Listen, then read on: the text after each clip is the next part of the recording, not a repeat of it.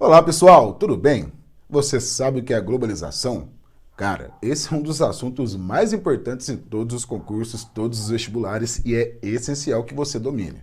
Se você fará o Enem, sem dúvida nenhuma, este é o mais importante assunto de todos, principalmente os seus aspectos econômicos e suas implicações culturais. Então, se você quiser saber um pouco mais, venha comigo nessa aula que vou delinear com você as principais características da globalização. Então, para começarmos, é importante lembrarmos que falamos de um processo fundamentalmente econômico, que tem profundas implicações sociais e culturais sobre o espaço. Então, basicamente, de uma forma bem simples, podemos falar que globalização é o processo em que a economia capitalista financeira mundial tornou-se global.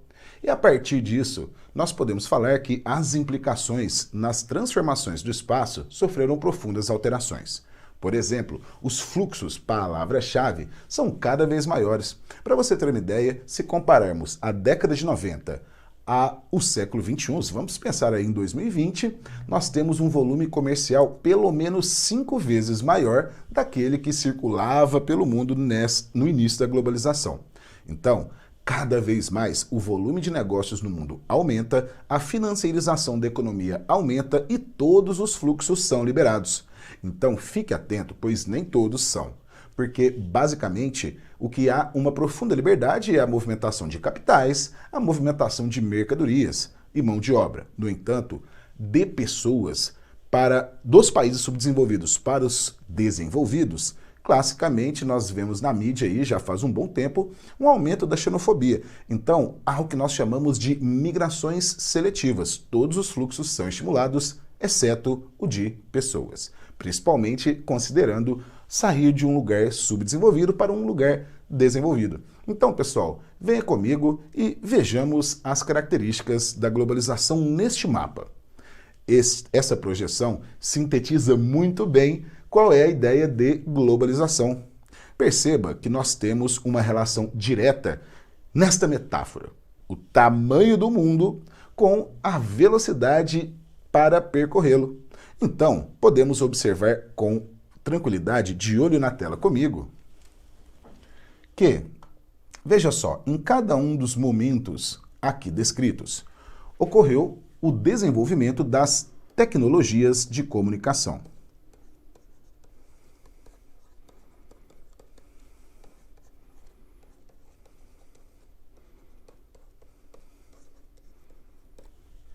No caso, transportes.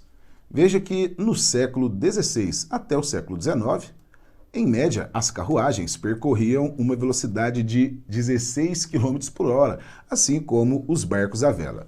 Isso fazia com que uma viagem entre o continente americano e a Europa durasse em média alguns meses até. Depois, veja que no século XIX até o início do século XX, nós temos o período das locomotivas, as grandes ferrovias que se espalharam pelo mundo e permitiram um grande salto na velocidade. Tanto que sempre falamos que as ferrovias são dos principais fatores de modernização do espaço, porque permitiram, no século XIX, os fluxos mais rápidos em direção ao litoral. Então, é importante lembrarmos que no século XIX o Brasil vivia o ciclo do café e o auge da modernização foi justamente a implantação das ferrovias. Pessoal, acabou com a profissão de tropeiros. Levar uma carga do interior de São Paulo até o Rio de Janeiro poderia levar 15 dias. Com a locomotiva, esse mesmo trajeto passou a ser feito em 15 horas. Após a Segunda Guerra Mundial, é o período da bipolaridade, da Guerra Fria, e é quando ocorre a Terceira Revolução Industrial, que também é chamada de Revolução Tecnocientífica, cujos principais avanços foi justamente o desenvolvimento das telecomunicações,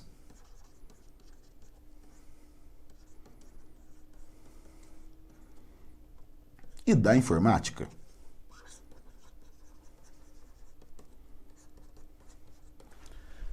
E isso fez com que o mundo, sofresse uma expressiva diminuição. E hoje, com todos os avanços tecnológicos, olha só, um jato de passageiro, ele voa, em média, a 12 mil pés e a 1.100 km por hora. Então, se nós considerarmos todos esses impactos, né, no translado do mundo, perceba, para você fazer uma volta ao mundo em 80 dias, olha, esse aí é o nome de uma obra de literatura muito importante de um escritor inglês, Júlio Verne. Olha, a Inglaterra era o grande império, né, que dominou o mundo aí no século XIX. E dois tiveram o mesmo apelido. No século XIX, aquele que ficou com o nome O Império que o Sol Nunca Se Põe era o inglês. Então, veja que a dimensão do tempo para percorrer o espaço diminuiu muito. Este livro foi um desafio de um inglês para o outro que duvidava da capacidade de Phileas Fogg, né, o personagem do livro, conseguir fazer uma volta ao mundo em 80 dias. As tecnologias da época eram o quê? Ferrovias, as mais rápidas, balões e barcos a vapor. Cara, hoje é possível fazermos a volta ao mundo em muito menos de 24 horas. Então, olha só, perceba a relação direta do desenvolvimento tecnológico, dos meios de comunicação, tanto de transportes quanto, né, telecomunicações, e a diminuição das dimensões do espaço relativo. Olha a metáfora. O que diminuiu, pessoal, não foi o espaço total, espaço absoluto que nós chamamos. Esse é o ΔS, sabe? Velocidade, espaço final menos espaço inicial. Quando falamos em espaço relativo, é esse que aqui na tela você viu que diminuiu, que é o espaço produzido pelo homem. Então, o tempo relativo de percorrer os espaços caiu muito. Então, de olho na tela e anota esse conceito de espaço fundamental. O que ocorreu foi a diminuição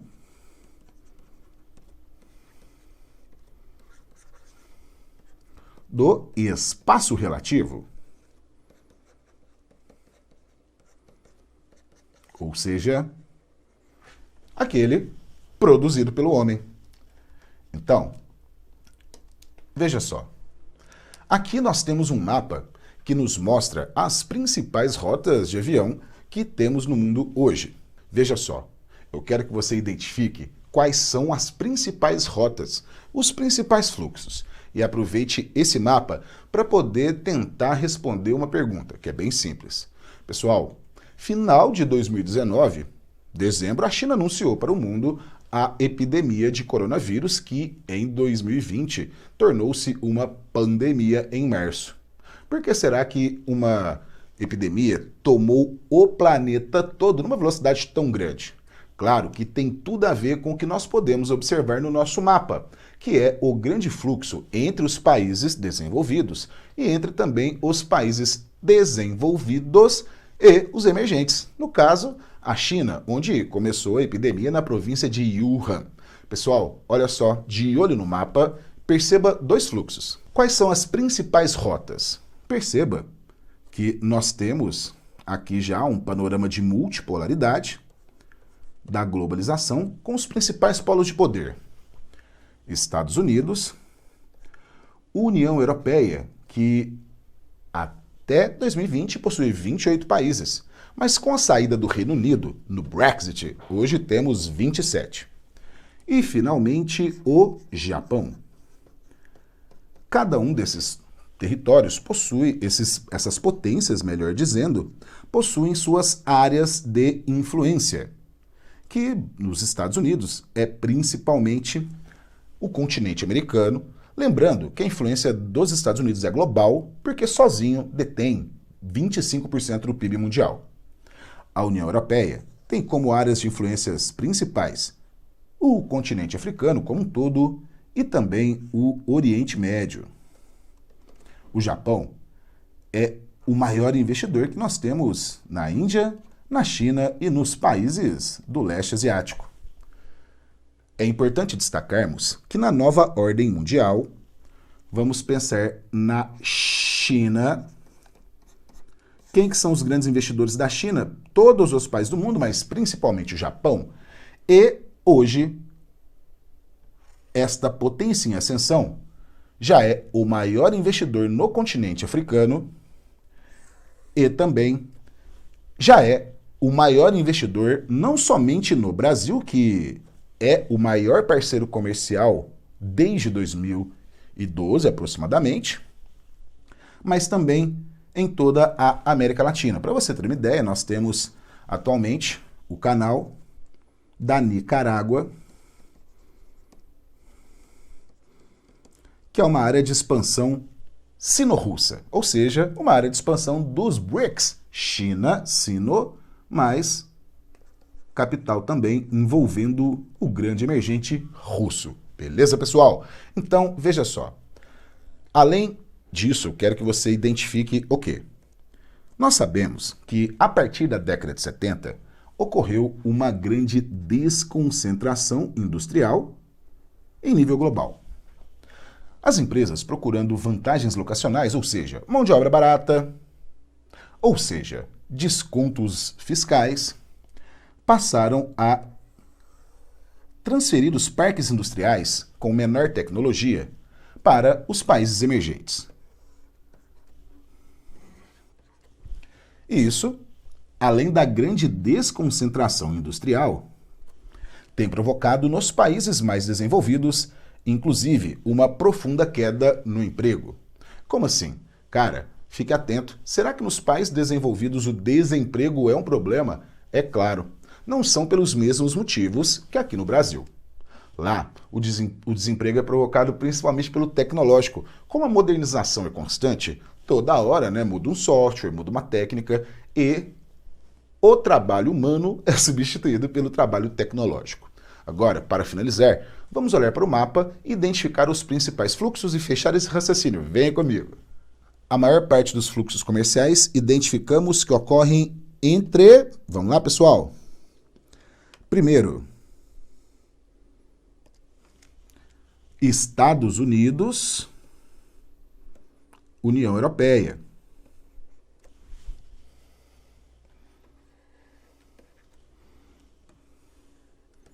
Japão e Estados Unidos. Ou seja, as principais rotas interligam os países desenvolvidos, os centros da economia mundial. Depois, olha só, as empresas europeias, boa parte também se transferiram para a Ásia, China e Índia. Pessoal, lembrando que a América Latina também participa do processo de desconcentração industrial. Estamos concentrando aqui na Ásia, que é o melhor panorama para entendermos os conceitos, tá bem? E olha só, então ocorreu uma desconcentração industrial e nos desenvolvidos tem ocorrido a desindustrialização.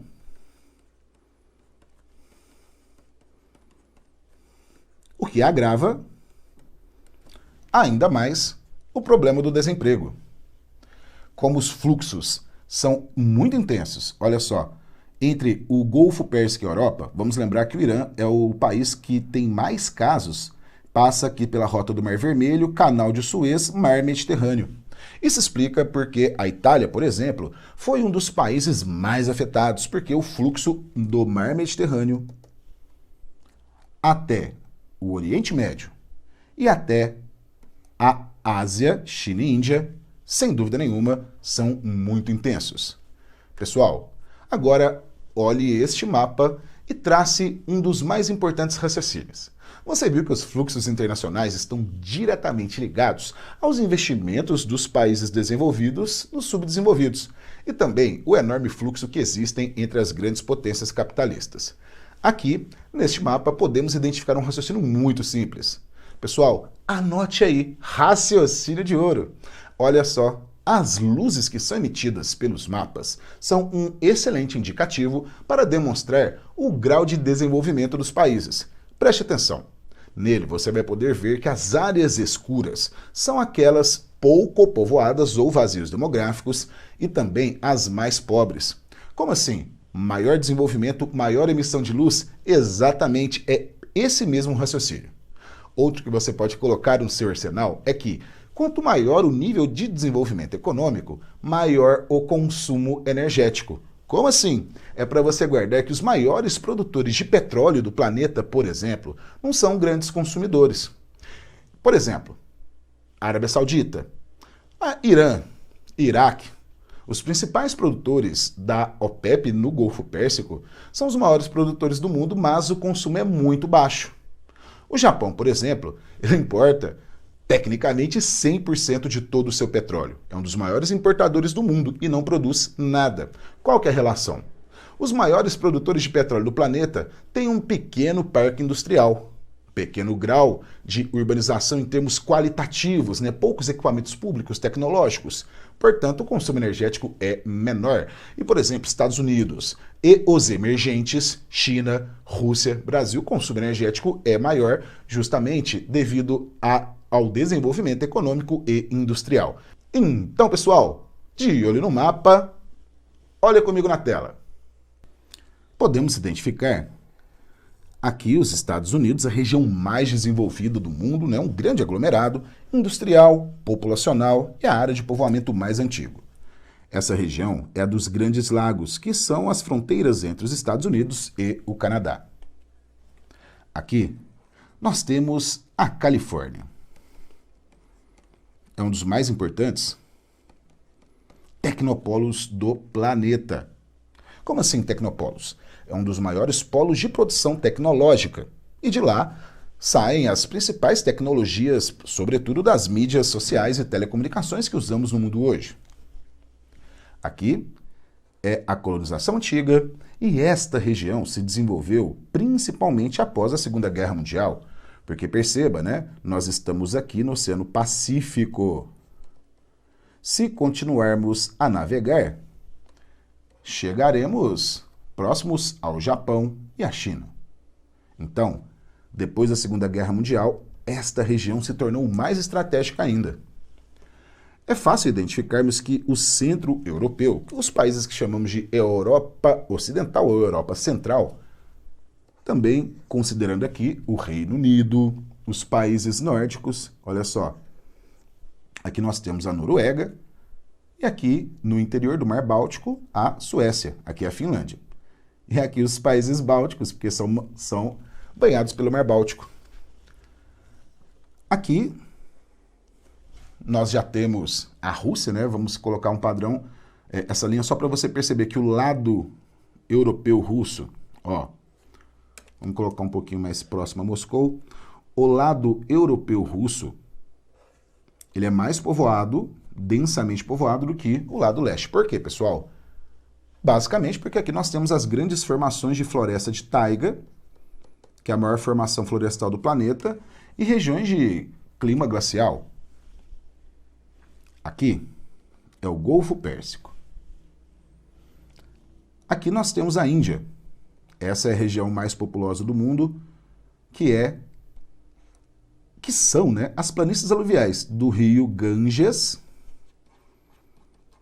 e do rio Indo, esse já no Paquistão. Eles todos nascem na cordilheira do Himalaia. Assim como na Índia, na China também os grandes aglomerados estão principalmente próximos às grandes planícies aluviais, ou seja, planícies de rios. Cara, olha o Japão. Parece um vagalume de tanto desenvolvimento. Agora, a última observação que eu quero que você faça. Olha para o mapa, você conseguiu identificar os lugares mais desenvolvidos e você viu que há os vazios, como a Amazônia, vazio demográfico. Cuidado com esse termo, é um lugar que possui uma grande população. Não é densamente povoado, mas existem, logicamente, milhares e milhões de pessoas. Aqui nós temos o deserto do Saara. Ao sul temos também o deserto da Namíbia e do Kalahari. Essas áreas são pouco habitadas, justamente devido às dificuldades naturais. Aqui nós temos, por exemplo, as frias florestas de taiga. E aqui nós temos também desertos, como o de Gobi, deserto que se forma porque a cordilheira do Himalaia não permite que a umidade ultrapasse e, portanto, ocorre a formação de um deserto. Então, último raciocínio, e as áreas que estão em vermelho? E aqui? Por que será que a emissão de luz desses lugares é dessa cor? Porque aqui, basicamente, estamos falando de países que produzem energia do tipo termoelétrica.